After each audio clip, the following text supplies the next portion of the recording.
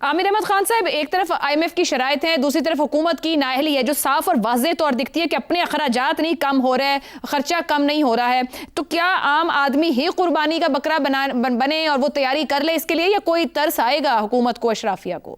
اچھا، اگر تو ترس آنا ہوتا نا تو میں کبھی کبھی اپنے آپ سے پوچھتا ہوں کہ یہ IMF کے پاس حکومت پاکستان کی جو ہے وہ کیوں جاتی ہے؟ کیا واقعی وہ پیسے لینے جاتی ہے IMF کے پاس، یا وہ اپنی بیڈ گورننس اور پور پالیسی میکنگ کے لیے ایک ڈھال تلاش کرنے جاتی ہے کہ کل کو ہمارے پر کوئی تنقید ہو تو ہم کہتے ہیں کہ جی ہمارے تو ہاتھ بندھے ہوئے، ہم تو IMF کے پروگرام میں ہیں اور IMF کے یہ مطالبات ہیں. And I am not 100% convinced کہ وہ صرف یہ جو $1.25 ارب کی ایک قسط آ جاتی ہے، پھر $1.5 ارب کی دوسری قسط آ جاتی ہے، یہ ان ڈالروں کے لیے IMF کے پاس جاتی ہے گورنمنٹ. اب تو مجھے یہ لگ رہا ہے کہ وہ صرف اس لیے وہاں ان پروگرامز کے اندر جاتی ہے تاکہ اس کو اپنی کمزوریوں کا اور اپنی نالائکی کا کوئی بہانہ مل جائے. اور IMF کا نام ایک ایسا ہے جو کہ پاکستان کا بچہ جو ہے وہ جانتا ہے. اب if you look at the real issue, Aisha, تو وہ دیکھیے اس کے اندر اگر آپ گورننس کے اوپر صرف نظر ڈالیں تو میرا خیال ہے کہ بہت کمپریہنسولی شہزاد فیروز صاحب نے، ادھر صاحب نے جو ہے یہ اس کا احاطہ کر لیا ہے کہ کہیں پر آپ میں امپروومنٹ کی صلاحیت نہیں ہے. یہ پورے کا پورا طبقہ، اور یہ آج کی بات نہیں ہے، یہ پورے کا پورا طبقہ، یہ کتنے، کسی نے حساب لگایا ہوا تھا نا ہمارے پاکستانی پولیٹیکل سائنٹسٹ نے کہ یہ 4-4.5 ہزار خاندان جو پچھلے 50 سال سے پاکستان کو رول کر رہے ہیں، ان میں سے کسی کی طرف سے کوئی ایک ایسی چیز نہیں آپ کو سامنے آتی. ٹیکنالوجی آ گئی ہوئی ہے دنیا کے اندر، ساری دنیا ٹیکنالوجی کے اوپر چل رہی ہے. لوگوں نے ٹیکنالوجی کو استعمال کر کے اپنا پورا انگیجمنٹ کا طریقہ، حکومت کا جو عوام کے ساتھ انگیجمنٹ کا طریقہ ہے اس کو بھی بدل دیا ہے. کیا پاکستان میں کوئی اس طرح کی موومنٹ نظر آتی ہے؟ تو بالکل ہم یہ IMF کا نام بہت سنیں گے اس بجٹ کے آنے تک، اس بجٹ کے دوران بھی، کیونکہ مسئلہ صرف اس بجٹ کے لیے ایک جواز پیش کرنا نہیں ہے.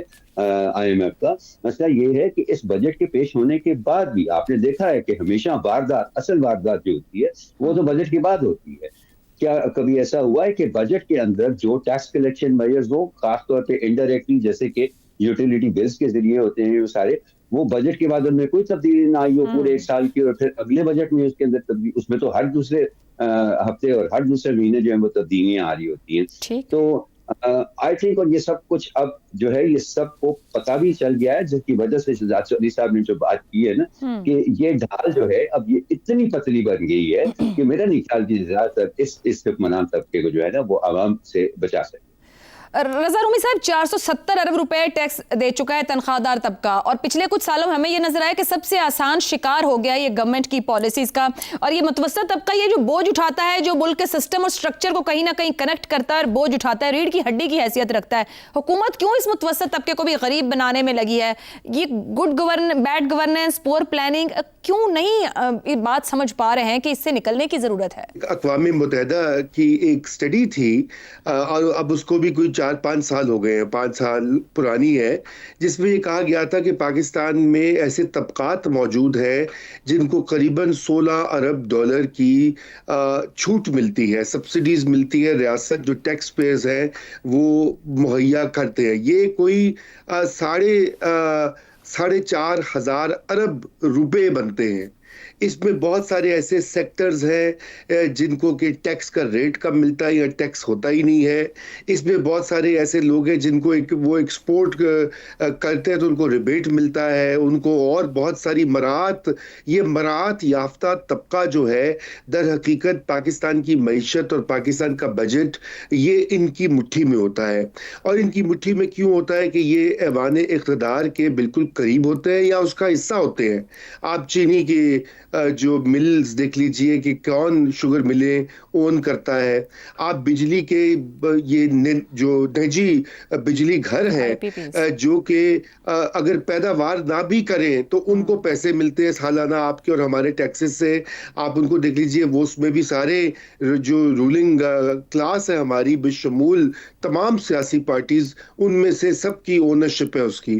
آپ اسی طرح سیمنٹ کو دیکھ لیجئے، آپ اسی طرح اور سیکٹرز دیکھ لیجئے. تو جب تک یہ ان کو ٹیکس نیٹ میں لا کر کچھ قربانی نہیں ان سے دلوائی جائے گی، اس وقت تک مڈل کلاس اور فکسڈ انکم طبقات جو ہیں وہ پستے رہیں گے.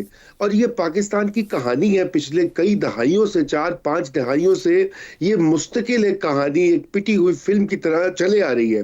یہ تو پاکستانیوں کو داد دینی چاہیے کہ وہ ان تمام تر نامساعد حالات کے باوجود اور ایک جسے کہنا چاہیے نیکڈ یہ اس طرح کی ایکسپلوئٹیشن کے باوجود وہ سڑکوں پہ نکل کر تو تہو بالا نہیں کرتے اس نظام کو. اور یہ واقعی ایک معمہ ہے. مجھے یاد ہے اس کے اوپر ایک بار ضیاء الدین صاحب ہمارے سینئر جرنلسٹ تھے، تو ان سے بھی اس کے اوپر بات ہوتی تھی کہ کیا وجہ ہے کہ دنیا بھر میں مہنگائی پہ اس طرح کی اور یہاں اس طرح کی معاشی تکالیف پہ لوگ باہر نکلتے ہیں اور بہت کچھ ہوتا ہے، لیکن پاکستان میں ایسا کیوں نہیں ہوتا؟ اور یہ اس بجٹ کی بھی کہانی کوئی خاص مختلف نہیں ہوگی، کیونکہ جس کا داؤ لگتا ہے وہ اپنے آپ کو بچا لیتا ہے اور پکڑے جاتے ہیں وہ جن کو کے اوپر رضا رومی صاحب، آپ کی گفتگو کے درمیان ایک لفظ میرے دماغ میں اٹک گیا ہے، نیکڈ ایکسپلائٹیشن. کیا ہمارے معاشرے میں یہ اجازت ہی نہیں ہے کہ ہم اٹھ کر اس نیکڈ ایکسپلائٹیشن پر آواز اٹھا سکیں، یا ہمیں ٹرینڈ ہی نہیں کیا گیا کہ ہمارا حق بھی چھین لو ہم آواز نہیں نکالیں گے؟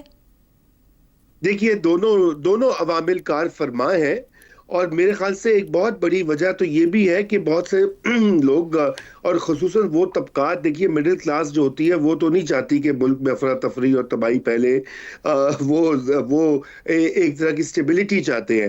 مگر یہ جو نوجوان نسل ہے ابھی، جنریشن زی جسے کہا جاتا ہے، اس کے عزائم اور اس کی سوچ مختلف ہے، اور وہ دیکھ رہے ہیں کہ ہمارے اڑوس پڑوس میں کیا ہو رہا ہے. ابھی آپ نے پچھلے وہ پروگرام میں ہم نے کاکروچ پارٹی کی بات کی تھی، نیپال کی بات ہوئی، بنگلہ دیش کی بات ہوئی، اور دنیا کے کئی ممالک ہیں جہاں پر انہی عوامل کی وجہ سے لوگ اور خصوصاً نوجوان جو ہیں وہ اس مراعات یافتہ نظام کے خلاف متحرک ہوئے ہیں.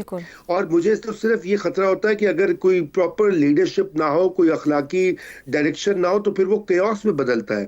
اس لیے پاکستان کی جو رولنگ کلاس ہے، جن کو کہ طبقات کہا جاتا ہے، جو کہ حکمران طبقات ہیں، ان کو خود یہ چاہیے کہ وہ اس ہوش کے ناخن لیں اور وہ دیکھیں کہ یہ ملک کس ڈگر پر جا رہا ہے اور یہ عوام میں کتنا غصہ بڑھا ہے. آپ سرویز دیکھ لیجئے، آپ اس کے کئی مظاہرے دیکھ لیجئے، سوشل میڈیا پہ بھی جو بے چینی ہے وہ بھی معاشی ناہمواری اور معاشی کساد بازاری کی وجہ سے ہے. تو یہ تھوڑا سا ان کو چاہیے کہ یہ لیں، یہ جو رچ فیٹ کیٹس ہیں ان سے قربانی لیں تھوڑی سی. ابھی عید قرباں بھی ہے تو وہ بجٹ میں لیں اور صحیح کہا. دیکھنا یہ ہے کہ یہ رچ فیٹ کیٹس کے شکنجے میں آتے بھی ہیں یا نہیں. شہزاد صاحب کچھ کہنا چاہ رہے ہیں؟ ہاں، آپ نے پوچھا کہ ہم پاکستانی کیوں اس کے بارے میں آواز نہیں اٹھاتے، کیا ہو گیا ہمیں کوئی مطلب ٹرین نہیں کیا گیا، مسئلہ کیا ہو گیا؟ دیکھیے عبد القادر حسن صاحب ایک کالمسٹ تھے، بہت ذکر ہوتا ہے ان کا بہت جگہوں پہ. تو وہ ان کے کچھ الفاظ ہیں، وہ کہا کرتے تھے کہ پاکستان کا جو معاشرہ ہے 2 حصوں میں بٹ چکا ہے، ایک ہے مال مست اور ایک ہے حال مست. اور یہ وہ والا حال ہے کہ جس حال میں ہے اسی میں مست ہے. تو جہاں پہ آپ اندر سے اس کی وہ جو ہوتی ہے نا جو ڈرائیو وہ نکال دیں کسی معاشرے کی، اور دونوں حالوں میں لوگ مست ہو کے رہنا شروع کر دیں کہ بس یہی ہمارا مقدر ہے اور یہی ہماری مستقبل ہے، تو پھر ان کو معاشرے میں کوئی تحریک کبھی پیدا نہیں ہوگی. درست ہو گیا جی. ایک بریک لینے موضوع پہ بات کرنی ہے. مجھے لگتا ہے وہاں پہ بھی ہمارا حال کچھ مست اور مستیوں والا ہی ہے. وائرل گورننس ہے ہمارے ہاں، جو ایک نیا ماڈل انٹروڈیوس ہو رہا ہے. یہ کیا رنگ دکھائے گا؟ کیا واقعی ادارہ جاتی ناکامی کا اعتراف ہے؟